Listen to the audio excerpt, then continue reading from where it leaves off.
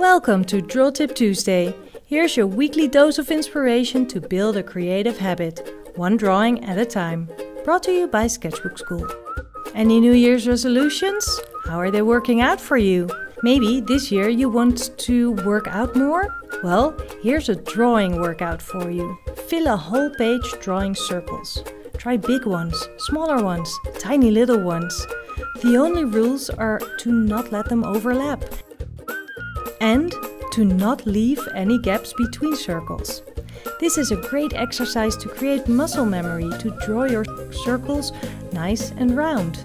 Sure, there will be less neater ones or circles that turn out like ovals, but that's all fine. It's an exercise after all. Find out if you prefer drawing the circles clockwise or counterclockwise. Draw them both ways. Try using the movement of your arm when you draw bigger circles and make sure you don't cramp up when you are drawing tiny circles.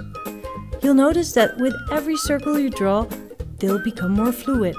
And maybe once you are reaching the goal, filling up a whole page, the circles become a little more sloppy again.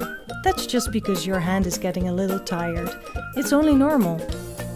See the differences when you mix larger and smaller circles. The bigger ones will draw more attention. Fill one page or more and try different approaches.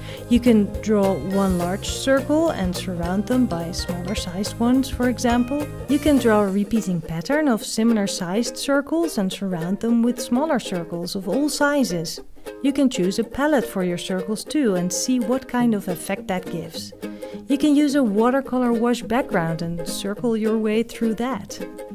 You might see a pattern of pebbles, text balloons, or get ideas for funky backgrounds for drawings.